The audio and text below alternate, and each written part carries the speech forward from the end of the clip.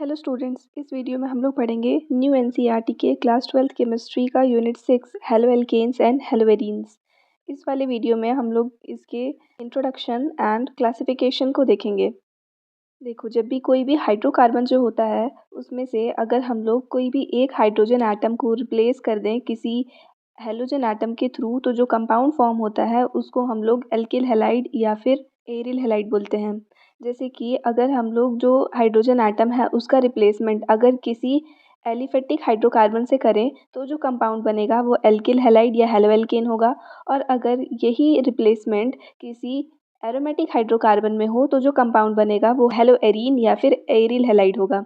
तो जैसे इनको नेम से ही पता चल रहा है, यहाँ पे हेलो एल्केन दो डिफरेंट वर्ड से बना है, हेलोजन और एल्केन्स। तो हेलोजन्स हम लोग को पता है, ग्रुप 17 के सारे एलिमेंट्स को हेलोजन बोलते हैं, जैसे कि फ्लोरीन, क्लोरीन, ब्रोमीन, आयोडीन, ये सारे। और एल्केन्स मतलब सिंगल बॉन्ड वाले सारे हाइड्रोकार्बन्स। वैसे ही जब हेलो एरीन्स की बात कर रहे हैं तो हेलोजन मतलब ग्रुप 17 के एलिमेंट्स, और arenes means doubly bonded compounds, जैसे कि जो कि हकल्स रूल को फॉलो करते हो, मतलब कि एरोमेटिक कंपाउंड्स हम लोग को चाहिए यहाँ पे।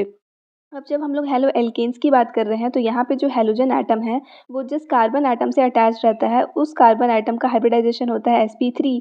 और जब हम लोग एरिल हैलाइड्स की बात कर रहे हैं या हेलो एरीन्स की बात कर रहे हैं, वहाँ पे जो हेलोजन एटम होता है वो जिस कार्बन एटम के साथ अटैच्ड है उस कार्बन एटम का हाइब्रिडाइजेशन होता है sp2। अब ये sp2 और sp3 हाइब्रिडाइज्ड कार्बन क्या होते हैं, तो जो कार्बन होता है वो टोटल 4 बॉन्ड्स बनाता है। अब ये 4 बॉन्ड्स जो है वही इसके वैलेंसी को सेटिस्फाई करते हैं। तो अगर ये सारे बॉन्ड्स जो हैं वो सिंगल बॉन्ड है, यानी कि सारे के सारे सिग्मा बॉन्ड है, उस केस में इस कार्बन के पास में हो जाएंगे टोटल 4 सिग्मा बॉन्ड्स। एंड जहाँ 4 सिग्मा बॉन्ड होते हैं वहाँ पे हाइब्रिडाइजेशन हो जाता है sp3। और वहीं पे अगर यही कार्बन अपना कोई भी एक बॉन्ड अगर डबल बॉन्ड बना दे, और ये बॉन्ड अगर यहाँ से मैं एलिमिनेट कर दूँ, इसके पास एक डबल बॉन्ड है, कार्बन एक साइड डबल बॉन्ड, और ऐसे अगर इस टाइप से वो अपने 4 बॉन्ड्स को कंप्लीट कर रहा है, तब यहाँ डबल बॉन्ड में जो है एक बॉन्ड होता है पाई और एक होता है सिग्मा। तो सिग्मा बॉन्ड अब कितने हुए, तो यहाँ पे एक प्लस एक सिग्मा इधर, एक सिग्मा इधर, टोटल 3 सिग्मा बॉन्ड्स हुए। और जब 3 सिग्मा बॉन्ड्स आते हैं तब हाइब्रिडाइजेशन होता है sp2। तो इस टाइप से हम लोग इसमें sp2 या sp3 हाइब्रिडाइज्ड कार्बन की बात कर रहे हैं। नेक्स्ट है, फिर यहाँ पे दिया है कि जो हैलोजन होते हैं, बहुत सारे ऐसे ऑर्गेनिक कंपाउंड्स है जिसमें जो हैलोजन प्रेजेंट रहता है, यानी कि यही हेलो एल्केन्स या हेलो एरीन्स जो है वो नेचर में प्रेजेंट होते हैं और ये केमिकली यूजफुल होते हैं। इसका यूज़ इंडस्ट्रीज़ में भी वाइडली किया जाता है। और जैसे कि इंडस्ट्रीज़ में ये सॉल्वेंट के फॉर्म में यूज़ होता है, जहाँ पे नॉन पोलर कंपाउंड्स को इसके अंदर डिज़ोल्व किया जाता है, क्योंकि जो नॉन पोलर कंपाउंड्स होते हैं वो नॉर्मली ऑर्गेनिक सॉल्वेंट्स में ही सोल्यूबल होते हैं।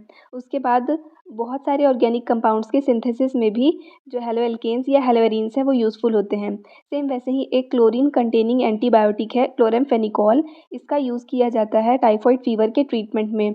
उसके बाद हमारे बॉडी में जो एक हार्मोन प्रोड्यूस होता है थायरॉक्सिन, इस ये हार्मोन भी एक हैलोजन कंटेनिंग ऑर्गेनिक कंपाउंड है। इसी की डेफिशिएंसी से गोइटर हो जाता है। इसके अलावा जो सिंथेटिक हैलोजन कंपाउंड्स होते हैं, जैसे कि क्लोरोक्वीन, इसका यूज़ मलेरिया के ट्रीटमेंट में किया जाता है। और हैलोथेन, इसको एनेस्थेटिक के फॉर्म में सर्जरी के टाइम में यूज़ किया जाता है। और जो फुल्ली फ्लोरिनेटेड कंपाउंड्स होते हैं उनका यूज़ यहाँ पे सर्जरी में होता है ब्लड सब्स्टिट्यूट के फॉर्म में। यानी कि ये जो जितने भी हैलोजन कंटेनिंग ऑर्गेनिक कंपाउंड्स हैं ये सारे बहुत ही ज़्यादा यूज़फुल होते हैं। तो इस लेसन में हम लोग पढ़ेंगे कि यही जो सारे कंपाउंड्स हैं इनका प्रिपरेशन कैसे किया जाता है, इनका फिजिकल और केमिकल प्रॉपर्टीज़ क्या होता है और इनके यूजेस क्या क्या होते हैं। अब सबसे फर्स्ट हेडिंग यहाँ दिया है क्लासिफिकेशन। क्लासिफिकेशन में हम लोग देखेंगे classification on the basis of number of halogen atoms. कितने हैलोजन एटम्स अटैच्ड हैं उस पर डिपेंड करेगा इसका क्लासिफिकेशन फर्स्ट वाला। तो हेलो एल्केन या हेलोएरीन को नंबर ऑफ हैलोजन एटम के बेसिस पे मोनो, डाई और पॉली हैलोजन में कैटेगराइज किया जाता है। तो मोनो हैलोजन कंपाउंड्स वो सारे होते हैं जहाँ पे सिंगल हैलोजन एटम जो है वो अटैच्ड रहे। डाई हैलोजिनेटेड मतलब जहाँ पे दो हैलोजन ऐड रहे। और पॉली में आ जाएगा tri, tetra, penta, hexa, hepta, with depending upon the number of halogen atoms attached to it, यानी कि अगर 3 अटैच्ड है तो ट्राई, 4 अटैच्ड है तो टेट्रा, 5 अटैच्ड है तो पेंटा, एंड सो ऑन।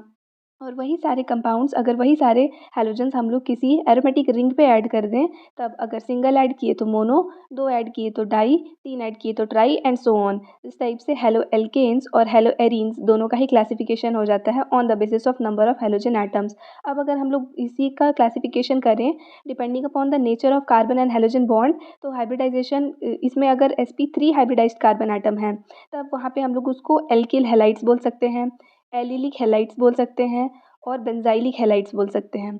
अब एल्किल हैलाइड्स क्या होते हैं? तो एल्किल हैलाइड्स में जो कार्बन एटम है उसके साथ डायरेक्टली हम लोग हैलोजन अटैच करेंगे, लेकिन अब ये कार्बन एटम अगर प्राइमरी है तो जो हैलाइड बनेगा, एल्किल हैलाइड बनेगा, वो प्राइमरी एल्किल हैलाइड हो जाएगा। अगर वो कार्बन का नेचर सेकेंडरी है तो सेकेंडरी एल्किल हैलाइड हो जाएगा। अगर नेचर टर्शरी है तो टर्शरी एल्किल हैलाइड हो जाएगा। अब इस कार्बन का नेचर प्राइमरी, सेकेंडरी या टर्शरी कैसे बोल सकते हैं? तो देखो, जो कार्बन एटम होता है, जैसा कि पहले भी देखिए, वो टोटल 4 बॉन्ड्स बनाता है अपनी वैलेंसी को सेटिस्फाई करने के लिए। अगर ये पूरे 4 बॉन्ड्स में मैं हाइड्रोजन ऐड कर दूँ तो फिर यहाँ पे ये होगा आपका sp3 hybridised carbon. sp3 hybridised carbon की ही बात कर रहे हैं। अब ये हुआ, अगर इसमें से अगर एक हाइड्रोजन को मैं हटा करके और वहाँ पे हैलोजन ऐड कर दूँ, किसी भी एक साइड का हाइड्रोजन हटा के वहाँ हैलोजन ऐड कर दूँ, तब फिर ये हो जाएगा आपका प्राइमरी नेचर का। ठीक, क्योंकि इस कार्बन में खुद के अलावा और किसी भी कार्बन से ये अटैच नहीं है। लेकिन अगर इसी सेम चीज़ में ये कर दें हम लोग कि किसी एक साइड दूसरा कार्बन ऐड कर दें, या तो किसी भी साइड कार्बन नहीं है या फिर किसी एक साइड कार्बन है, तो ये प्राइमरी नेचर का होता है ये वाला कार्बन। और इससे जब हम लोग हैलोजन अटैच कर देंगे तो वो हो जाएगा प्राइमरी एल्किल हैलाइड। सेम वही कार्बन में अगर हम लोग 2 साइड दूसरे कार्बन ऐड कर दिए हैं, तो अब ये कार्बन का नेचर हो गया सेकेंडरी, और अगर इसमें हैलोजन ऐड करेंगे तो सेकेंडरी एल्किल हैलाइड बनेगा। और इसी कार्बन के अगर तीनों साइड में हम लोग कोई दूसरा कार्बन अटैच कर दिए, वो 3 साइड कार्बन से अटैच है, तो ये क्या हो जाएगा? Tertiary alkyl halide. नेक्स्ट अब एलिलिक हैलाइड्स में आते हैं। तो एलिलिक में हम लोग को डबल बॉन्ड कंसीडर करना है। 2 कार्बन एटम है जिनके बीच में डबल बॉन्ड प्रेजेंट है।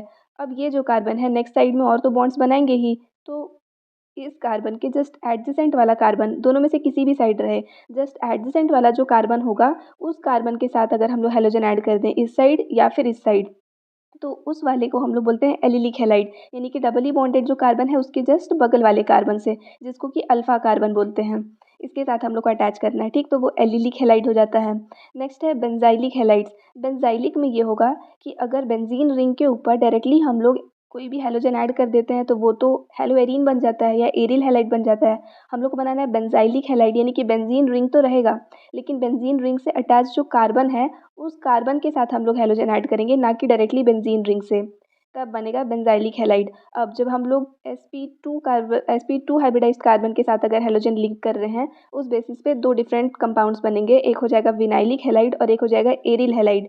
अब एरिल हैलाइड हम लोग को पता है हेलोएरीन्स बेंजीन रिंग से डायरेक्टली हैलोजन ऐड कर दिए, तो यहाँ पे भी दिख रहा है बेंजीन रिंग से डायरेक्टली हैलोजन ऐड किए हैं, तो अगर बेंजीन रिंग से अटैच्ड ये जो कार्बन है, इसके जो 3 हाइड्रोजन है, इसमें से किसी भी एक हाइड्रोजन को अगर हम लोग हैलोजन से सब्सटीट्यूट कर देते तो यही बेंजाइलिक हैलाइड बनता ना।